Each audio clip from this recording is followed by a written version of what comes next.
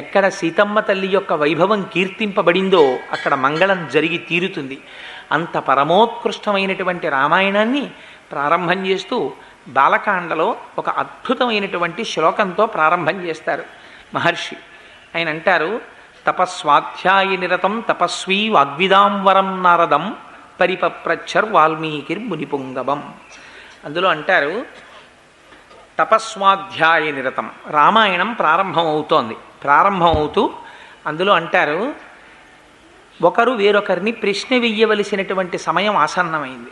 ఎవరు ఎవరిని ప్రశ్న వెయ్యాలి అంటే, వాల్మీకి మహర్షి నారద మహర్షిని ప్రశ్న వెయ్యాలి. ఎవరిని ఎవరు ఎంత అందంగా ఇచ్చారో చూడండి. ఆ ఇవ్వడం తపస్వాధ్యాయ నిరతం తపస్వీ వాగ్విదాంవరం నారదం పరిపప్రచ్చర్ వాల్మీకిర్ మునిపుంగవం. నారద మహర్షిని ఉద్దేశించి పరిప్రశ్న వెయ్యడానికి సిద్ధపడుతున్నారట ఎవరు? వాల్మీకి.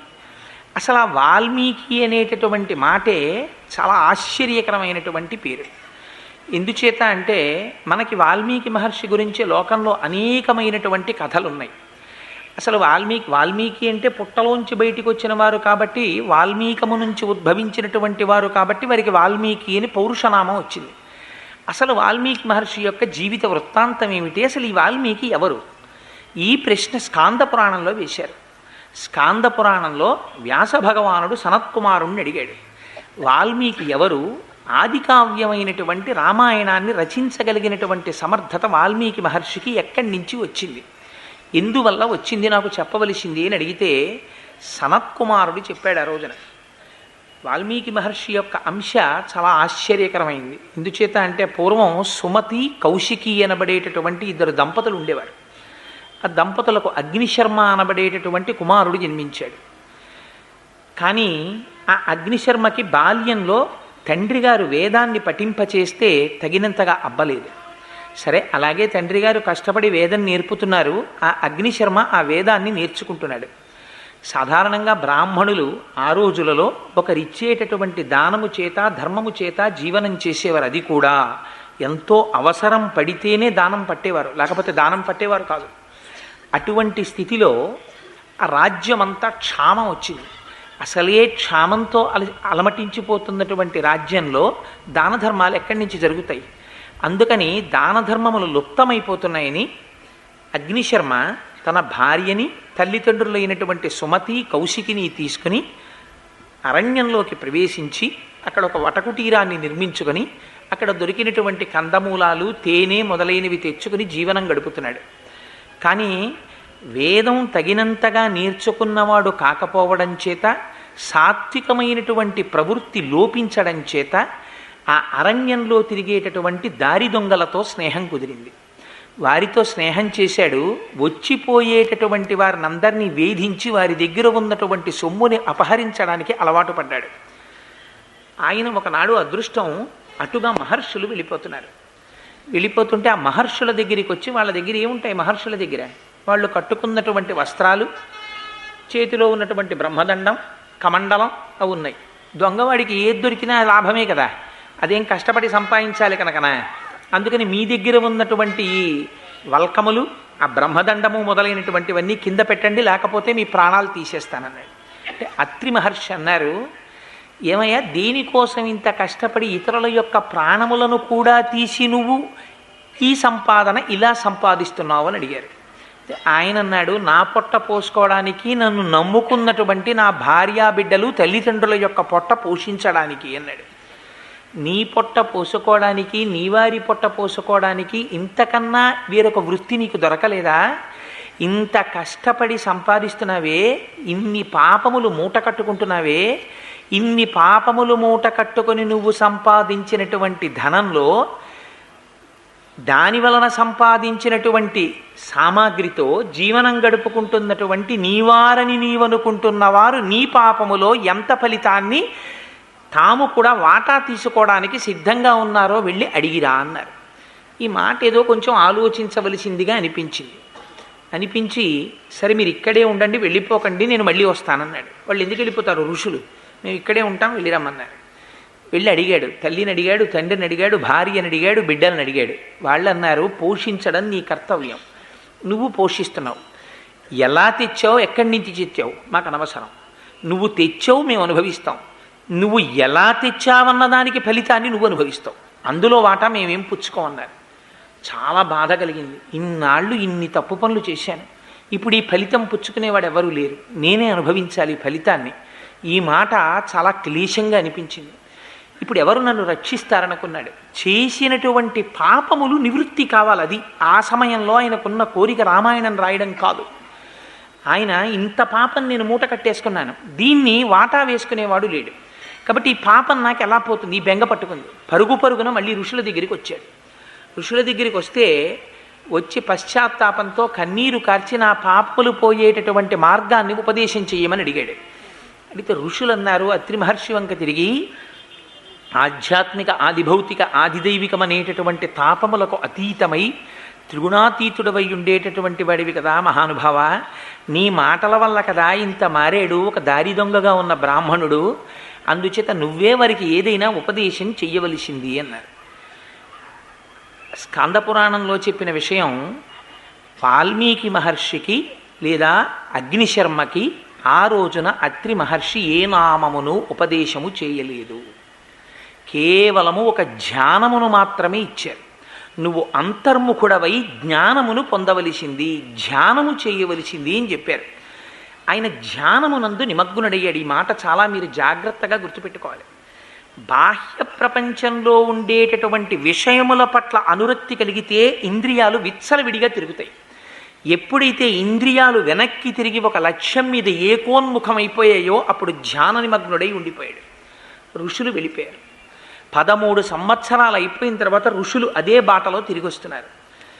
ఇంద్రియములన్నీ వెనక్కి తిరిగి ఒక లక్ష్యము మీద నిలబడిపోయి ధ్యానమగ్నుడై కూర్చుండిపోయినటువంటి అగ్నిశర్మ ఒంటి మీద పుట్టలు పట్టేశాం. ఆ పుట్టలలోంచి విశేషమైనటువంటి తేజస్సు వెరజల్లుతోంది. ఆ తేజస్సు బయటికి వస్తుంటే చూశారు ఋషులు. చూసి చాలా ఆశ్చర్యపోయారు. ఏమిరా ఇది, మనం ఇంతకు ముందు ఎప్పుడో ఇటుగా వెళ్ళిపోతూ ఇతనికి ఉపదేశం చేసి వెళ్ళాం, నువ్వు ధ్యానములో ఉండవలసింది అని. ఆ వ్యక్తే ఇందులో ఉన్నాడు. ఇవాళ ఎటువంటి స్థితిని పొందాడంటే అసలు బాహ్య ప్రపంచంతో సంబంధం లేదు, అంతగా ఇంద్రియాలన్నీ ఏకోన్ముఖం అయిపోయాయి. కేవలం ఒక లక్ష్య సిద్ధి కోసమని బయట పుట్టలు పట్టినా తెలియనటువంటి స్థితిలో ఉన్నాడు అని వాళ్ళు ఆశ్చర్యపోయి ఋషులు అందులో ఉన్నటువంటి వ్యక్తిని పిలిచారు. వాళ్ళు ఏమని, వాల్మీకి రితితే నామా భువిఖ్యాతం భవిష్యతి అన్నారు. ఇక మీదట మేము చెప్పినటువంటి ధ్యానమునందు మగ్నుడవై మీద పట్టినటువంటి పుట్టలను కూడా గుర్తెరగక ధ్యానము చేసిన వాడివి కనుక నిన్ను వాల్మీకి అని పిలుస్తారు, నువ్వు పుట్టలోంచి పైకి రా అని పిలిచారు. ఇది పౌరుషనామం. ఇది అందుకని వాల్మీకి స్వతసిద్ధమైన పేరు కాదు, ఆయన పేరు అగ్నిశర్మ. ఆయన భారద్వాజ గోత్రీకుడు, సద్బ్రాహ్మణుడు. ఆ పుట్టలోంచి బయటికి వచ్చాడు. వచ్చిన తరువాత ఋషులందరికీ పాదాలకి నమస్కారం చేశాడు. నన్ను ఏం చెయ్యమంటారని అడిగారు. అడిగితే నువ్వు ఉత్తరాభిముఖుడవై వెళ్ళి భగవద్ధ్యానం చేయమన్నారు. ఆయన కుశస్థలీ మధాగమ్య సమారాధ్య మహేశ్వరం అన్నారు. కుశస్థలి అనబడేటటువంటి ప్రదేశానికి వెళ్ళి విశేషంగా పరమశివుణ్ణి ఆరాధన చేశాడు. పరమశివ ఆరాధన చేస్తే ఆయనకి కలిగినటువంటి ఫలితం ఏమిటో తెలుసా అండి? 3 మూర్తులకును 3 లోకములకు 3 కాలములకు మూలమగుచు భేదమగుచు తుదిక భేదమయ్యొప్పారు బ్రహ్మమనగ నీవే పాలనయన. ఒకే పరబ్రహ్మం సృష్టి స్థితి లయ చేసేటప్పుడు, సృష్టి చేసేటప్పుడు బ్రహ్మగా ఉంటుంది, స్థితి చేసేటప్పుడు శ్రీ మహావిష్ణువుగా ఉంటుంది, లయ చేసేటప్పుడు పరమేశ్వరుడిగా ఉంటుంది. అందుకని ఒకే పరబ్రహ్మాన్ని 3గా ఉంటుంది కనుక అపారమైన శివారాధన చేసినటువంటి ఫలితం చేత మహేశ్వరానుగ్రహంతో విష్ణు కథ చెప్పేటటువంటి అదృష్టాన్ని వాల్మీకి పొందాడు. విష్ణు కథ చెప్పడానికి ఉపదేశం చేసిన వారెవరు? బ్రహ్మగారు ఉపదేశం చేశారు. ఇప్పుడు వాల్మీకి ఎవరి అనుగ్రహాన్ని పొందాడు? త్రిమూర్తుల యొక్క అనుగ్రహాన్ని పొందాడు. చేసినది మహేశ్వరారాధన, పొందినది బ్రహ్మగారి యొక్క అనుగ్రహం, చెప్పినది శ్రీ మహావిష్ణువు యొక్క కథ. అందుకని ఈ ముగ్గురి యొక్క అనుగ్రహాన్ని పొందినటువంటి వాడు కనుక పౌరుషనామంతో ఆయన్ని వాల్మీకి అని పిలిచారు.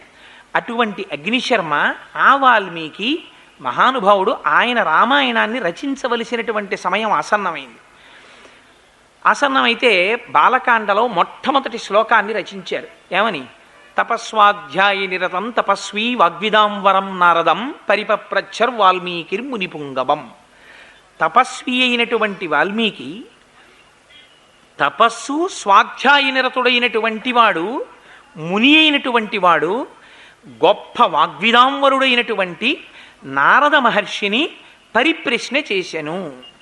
ఇది ఏదైనా ఆదికావ్యాన్ని ప్రారంభం చేసే ముందు ఒక పరమోత్కృష్టమైనటువంటి మాటతో ప్రారంభం కావాలి.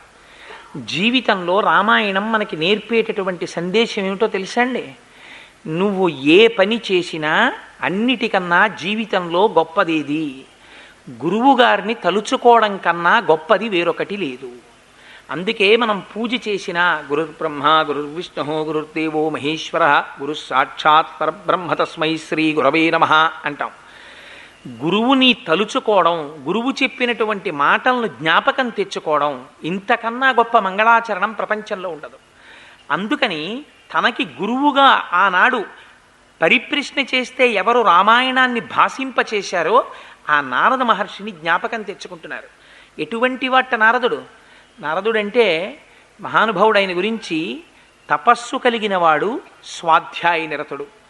తపస్సు అంటే కృచ్ఛ చాంద్రాయణాది వ్రతములను ఆచరించి నిత్య నైమిత్తిక కర్మలను సక్రమంగా అనుష్ఠానం చేస్తూ ఈ శరీరమునకు ఉండేటటువంటి జ్ఞానేంద్రియ కర్మేంద్రియ సంఘాతము విషయ ప్రపంచం వైపుకి తిరగకుండా వాటిని వెనక్కి తిప్పి శరీరాన్ని జాగ్రత్తగా సాత్వికమైనటువంటి పదార్థము చేత మాత్రమే పోషించి ఆ ఇంద్రియములను భగవంతుడి వైపుకి తిప్పి నిరంతరము ఈశ్వరుడి గురించి తపించినటువంటి వాడెవరుంటాడో వాడు తపస్వి. అందుచేతనే అటువంటి తపస్సు చేత ఏమవుతుంది? వారు నిత్య నైమిత్తిక కర్మాచరణమునందు వైక్లభ్యమును పొందరు. నిత్య కర్మ అంటే మనం ఎట్టి పరిస్థితులలోనూ చెయ్యవలసినవి కొన్ని ఉంటాయి. అది మీరు ఏ కారణం చేత ఆపడానికి వీలు లేదు. సంధ్యావందనం ఉంటుంది. సంధ్యావందనాన్ని మీరు ఏ కారణం చేత ఆపడానికి వీలు లేదు. మీరు క్షేత్రానికి వెళ్ళారు, కూర్చుని సంధ్యావందనం చేసుకోవలసిందే. మీరు ప్రయాణంలో ఉన్నారు, సంధ్యావందనం చేయవలసిందే. ఎక్కడ ఉన్నా సంధ్యావందనం మాత్రం చెయ్యాలి. దీన్ని నిత్యకర్మ అంటారు. నైమిత్తిక కర్మ అని ఉంటుంది. నైమిత్తికము అంటే ఒక్కొక్క పర్వదినం వస్తుంది.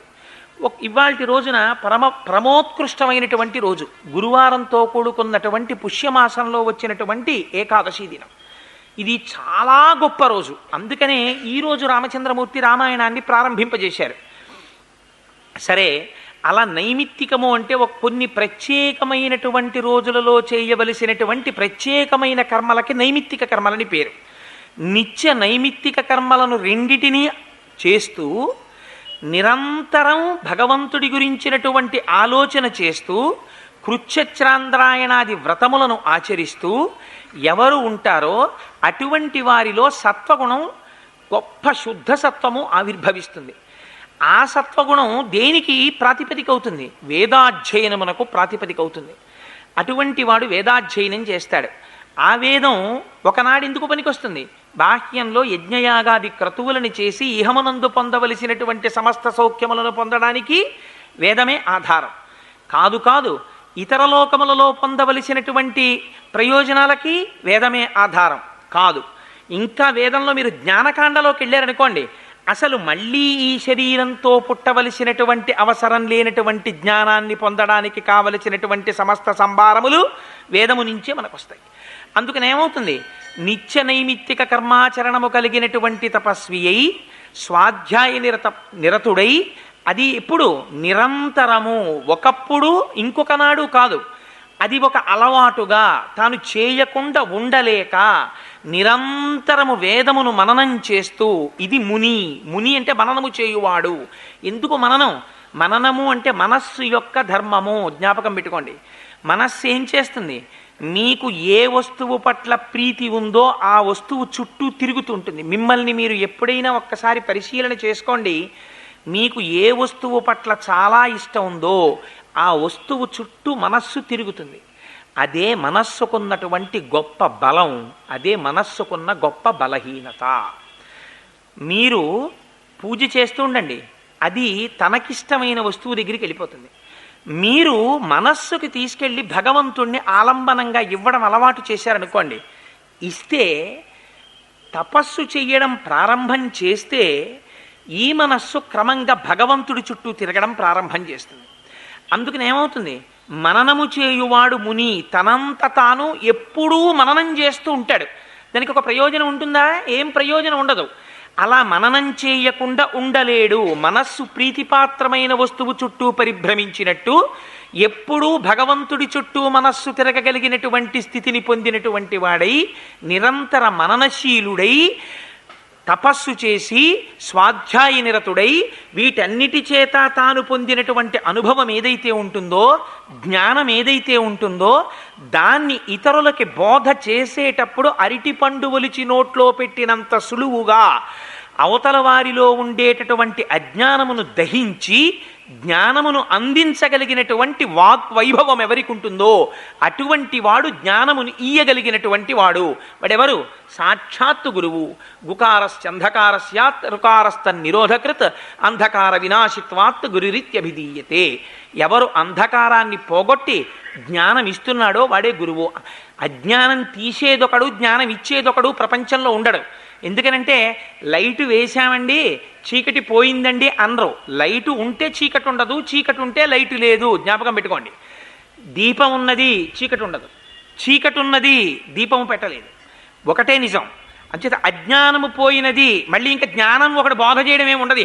అజ్ఞానం పోవడం అంటే జ్ఞానమే మిగులుతుంది. ఇంకా జ్ఞానము కలిగినది, అజ్ఞానము పోయినది. అందుకనేమవుతుంది, ఏ మహాపురుషుడి యొక్క దర్శనం చేత తనలో ఉండేటటువంటి అజ్ఞానము పటాపంచలైపోతుందో అటువంటి గురువుకి నారదుడని పేరు. అందుకని నారం దదాతి ఇది నారదః. ఎవరు జ్ఞానమును ఇస్తాడో ఆయన నారదుడు, ఎవరు అజ్ఞానమును ఖండిస్తాడో ఆయన నారదుడు. అటువంటి నారదుణ్ణి ప్రశ్న వేశారు ఎవరు? వాల్మీకి మహర్షి. అడగడానికి ఈయనకున్న అధికారం ఏమిటి? ముందు తన అధికారం చూసుకోవాలి. ఎప్పుడు పడితే అప్పుడు ఎవరిని పడితే వారిని ప్రశ్న వేయడానికి వీల్లేదు. ముందు తను కొంత అధికారాన్ని పొందాలి. ఆయన తపస్సు చేశాడు, వాల్మీకి అయ్యాడు. గతంలో పూర్వనామం అగ్నిశర్మ, ఇప్పుడైన నామం వాల్మీకి. ఎందుకని? కొన్ని సంవత్సరముల పాటు తపించాడు. ఇప్పుడు శిష్యుడిగా యోగ్యతని పొందాడు. ఇప్పుడు వెళ్ళి ఎటువంటి ప్రశ్న వేస్తున్నాడు? పరిప్రశ్నేన సేవయా. భగవద్గీతలో చెప్తారు, తద్విద్ధి ప్రణిపాతేన పరిప్రశ్నేన సేవయా. గురువుల దగ్గరికి వెళ్ళి ప్రశ్న వేసేటప్పుడు ఎలా పడితే అలా వెళ్ళి ప్రశ్న వేయడానికి వీల్లేదు.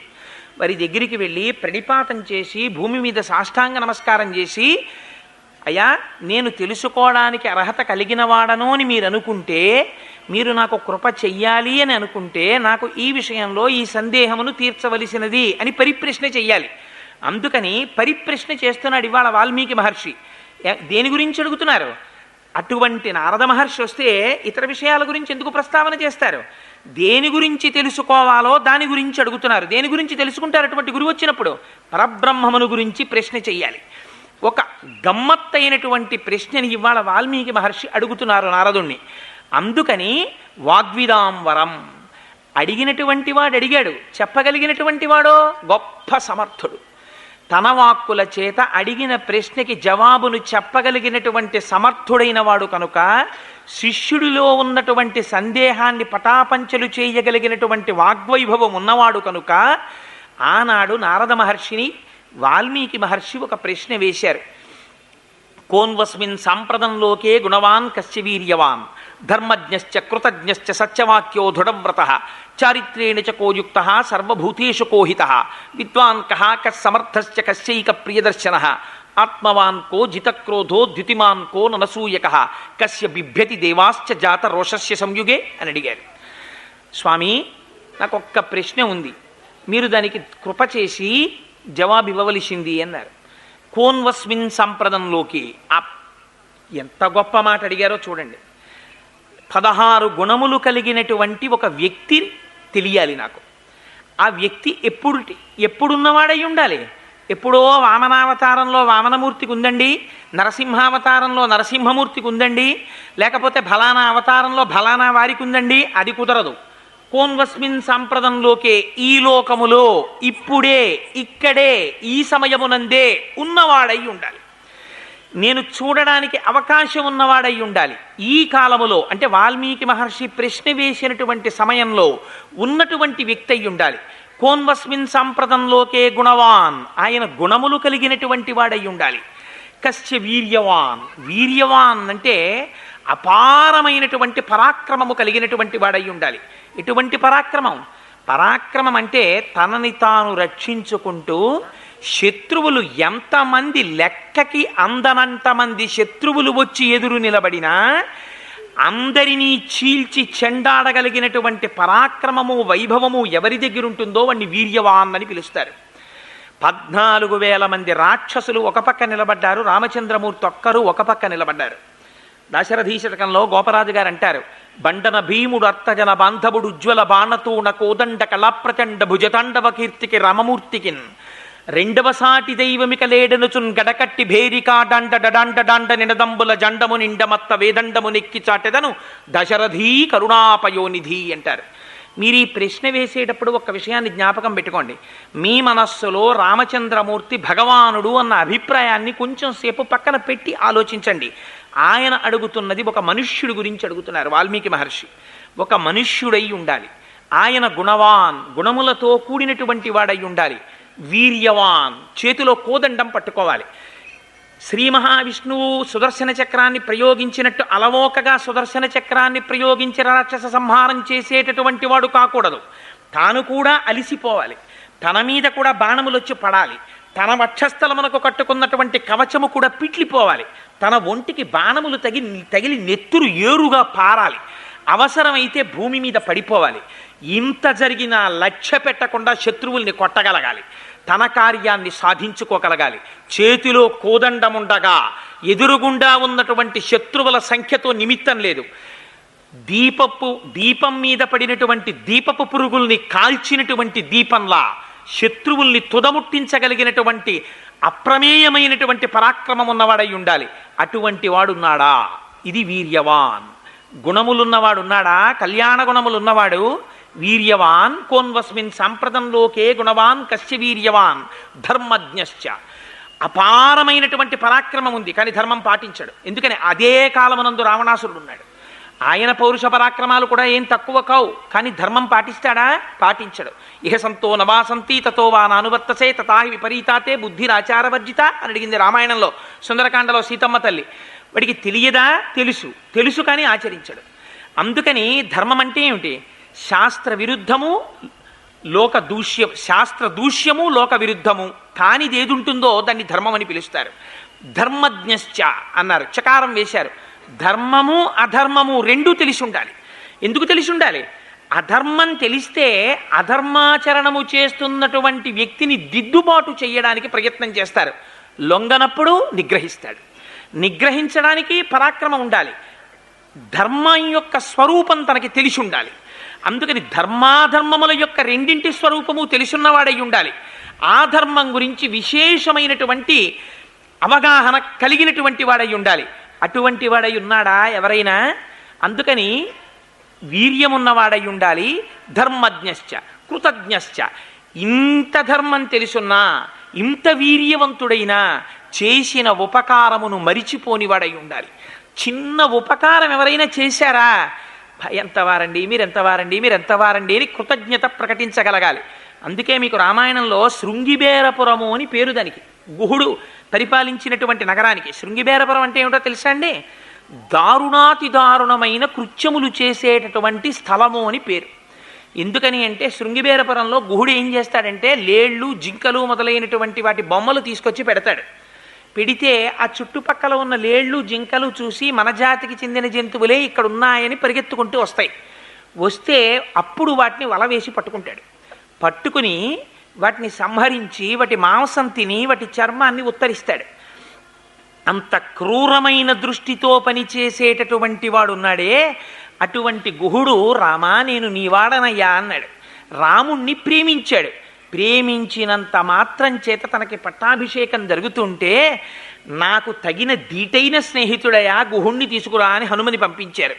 అందుకని కృతజ్ఞశ్చ చిన్న ఉపకారం చేస్తే మరిచిపోకుండా జ్ఞాపకం పెట్టుకుని, ఇంత పరాక్రమం తనకున్నా చిన్న ఉపకారం ఉంటే దాన్ని తలుచుకుని గుర్తుపెట్టుకుని పొంగిపోయేటటువంటి మనస్తత్వం ఉన్నవాడు ఉన్నాడా ఈ ప్రపంచంలో? కోన్వస్మిన్ సాంప్రతంలోకే గుణవాన్ కశ్యవీర్యవాన్ ధర్మజ్ఞశ్చ కృతజ్ఞశ్చ సత్యవాక్యో దృఢవ్రత. సత్యవాక్యో ఎంత కష్టమే రానివ్వండి, తనొక్క అసత్యం చెప్పాడా తప్పుకోవచ్చు.